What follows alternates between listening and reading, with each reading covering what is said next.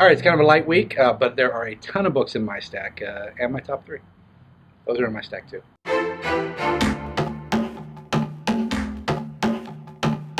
This weekend is the opening for Sac City Rollers. It's the 20th. We are proud sponsors. Come on down and join us. You can buy tickets here or you can get them at the door. You might as well get them early to make sure that you're going to go and you're going to join us. They always rope us off a section. And come sit with us, have a great time. Unfortunately, they rope us off a section in the alcohol part, so your kids are going to have to sit on the other side of the aisle. But anyways, we got that going on. Next Tuesday is our live model. It's $10 at the door. All money goes to the model. Demetra Manning is going to be here. And of course, the last Friday of the month is always comedy night. So see you guys in the shop for that. But we'll see you before then for all the great books that are coming out.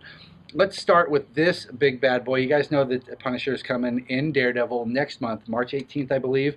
And we've got some great goodness for Punisher over here. I cannot wait for that. I saw Deadpool this week and I absolutely loved it. I thought it was going to be a lot of fun. It surpassed my expectations. It is definitely not for the kids. Don't pull any punches. And I got to see it again because so many people were laughing. I didn't catch everything.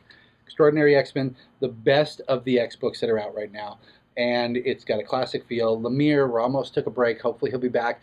As you guys all know, I'm not a huge Ramos fan, but I've really loved what he's done on this, and I'm actually missing him at this moment. So please come back, Ramos.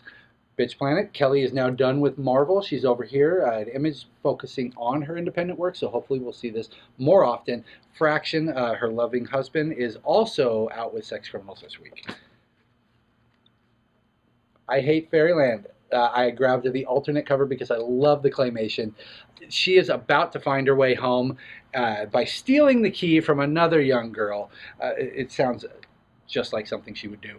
And things go terribly wrong in this issue. Citizen Jack makes a deal with the devil to become president of the United States. It is nonfiction. Birthright. We're just continuing to follow them as the father and the mother, each independently, are trying to track their two sons down as they are closing in. We've got a young girl from the other planet who is pregnant with the Chosen's child.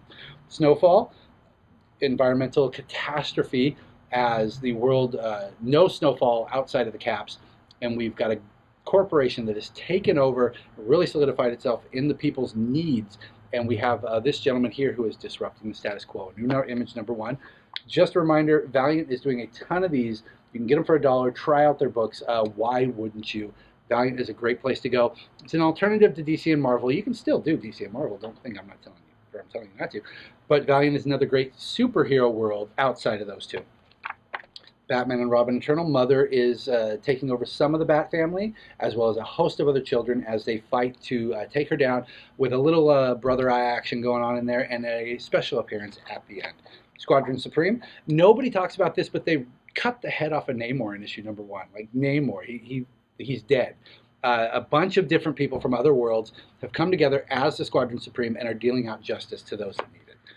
Standoff, this is the one that's the big event for Marvel. Well, we just finished Secret Wars. Standoff is the next one. Takes place in Pleasant Hill. It was an interesting read. S.H.I.E.L.D. is up to something, and it opens up with them messing with the Cosmic Cube. Power Man and Iron Fist. Perfect timing. It's quirky art style. That's the same art that is in the interior of the book. You Carnage fans, he continues to go. Scarlet Witch has got her own. And my top three, we'll start with Thor.